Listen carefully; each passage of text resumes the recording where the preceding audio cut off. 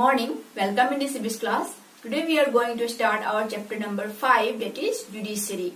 Here we will discuss about the role and importance of judiciary. How judiciary is important in our country, how it controls, how it checks the power of legislature and executive. So all this we discuss in our this chapter number 5. So let's start our chapter. We will now discuss what are the functions of judicial department.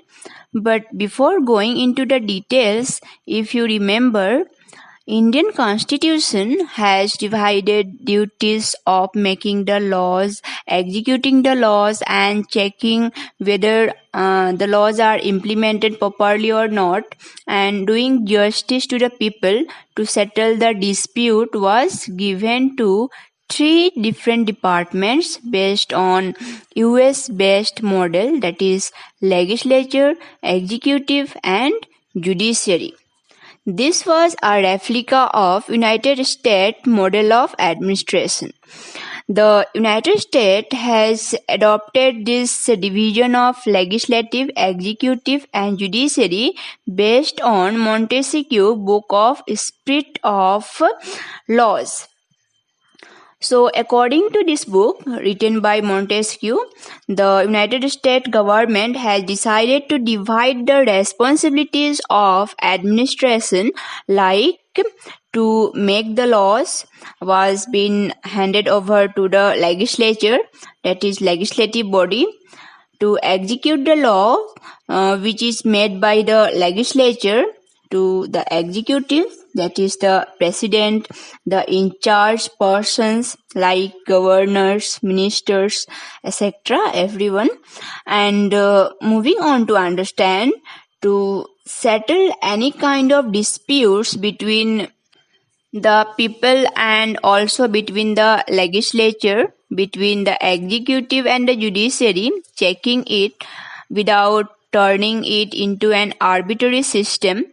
Because in legislature, for example, in India, we have a prime minister being a member of a legislative and leader of the house of Lok Sabha, and he is a executive here. So when he is the member of the house and he is the head of the Sabha and he is an executive, there is a possibility to be arbitrary and making the law according to his interest or according to his concern, which may not be in the favor of the people. So, in order to check and arrest this kind of situations, judiciary has been given enormous power.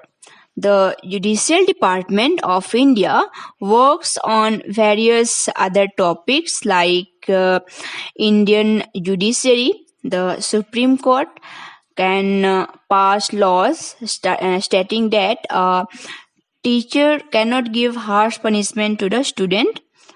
Government cannot put a certain tax. It can also put certain new restrictions like government cannot interfere in certain actions of the people, certain religious customs of the people.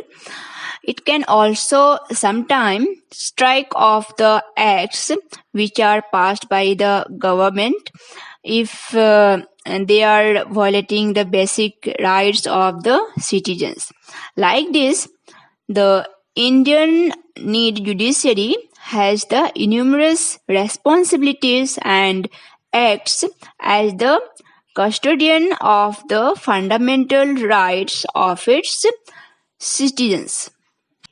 Next, what is the role of Indian judiciary?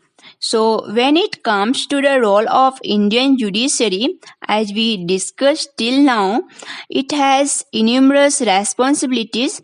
It settles the dispute between the people, between the states, between any two parties. Sometimes it interrupts the laws, sometimes it gives judgments which are very serious issue or concerns in the society. Moving on to understand the details of what are the basic responsibilities of the judiciary, The Indian judiciary plays an important role, first settling the disputes, that is the dispute resolution. The dispute can be between an individual with an other individual. It can be between a group of individual versus another single individual. It can be an individual versus state government. It can be a section of people against the government. It can be two states, one state government versus the other state government, like Telangana versus Andhra Pradesh, Arunachal Pradesh versus Assam, Karnataka versus Tamil Nadu. It can also be 2-3 states together versus the other state, like for example Maharashtra versus Andhra Pradesh, Telangana and Karnataka states together.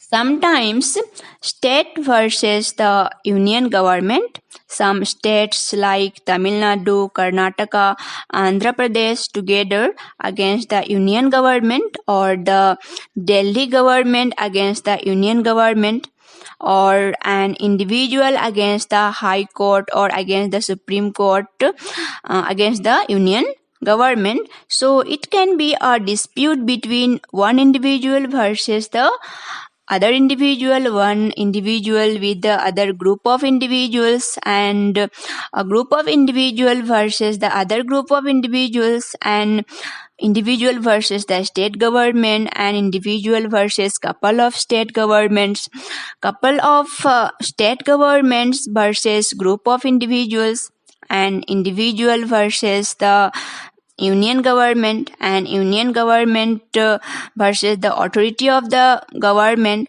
Like this, the dispute can be from any corner to any level. There can be a dispute, so it is utmost responsibility of the Supreme Court to settle the dispute, to bring resolution in these disputes. This is the first main duty entrusted to the Supreme Court of our country. The second one is judicial review. This is another significant authority given to our Supreme Court. Supreme Court acts and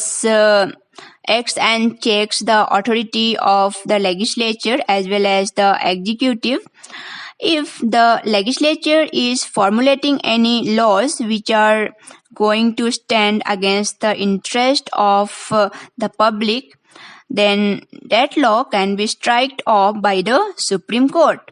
If a government passed any law, like you cannot choose any profession of your choice, you have to choose a profession in the lineage of what your father has done or what your grandfather has done, but not any other new profession, which means that the right of equality, opportunity has been violated for that individual. So when the violation is happening, this can be reported to the Supreme Court or the High Court, which government has passed this law, because it clearly violating the fundamental right of the citizen.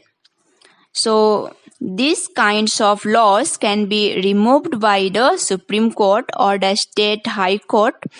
This authority to strike off the laws which are passed by the state governments or the union governments is known as judicial review. So this is another significant power and duty given to our Supreme Court. And the third one, uphold the laws and enforce the fundamental rights. As I told you, it is not only strike off the laws which are against the fundamental rights. If there are any violation of the fundamental rights happening, the Supreme Court takes the responsibility and ensures that the justice happens there. How it is possible? Like Hakim Sheikh, who is an agricultural laborer, by mistake he fell down from a running train and he got hurt, but he was taken to number of hospitals, government hospitals. The hospitals have rejected to give him helping aids, so with this he was in trouble.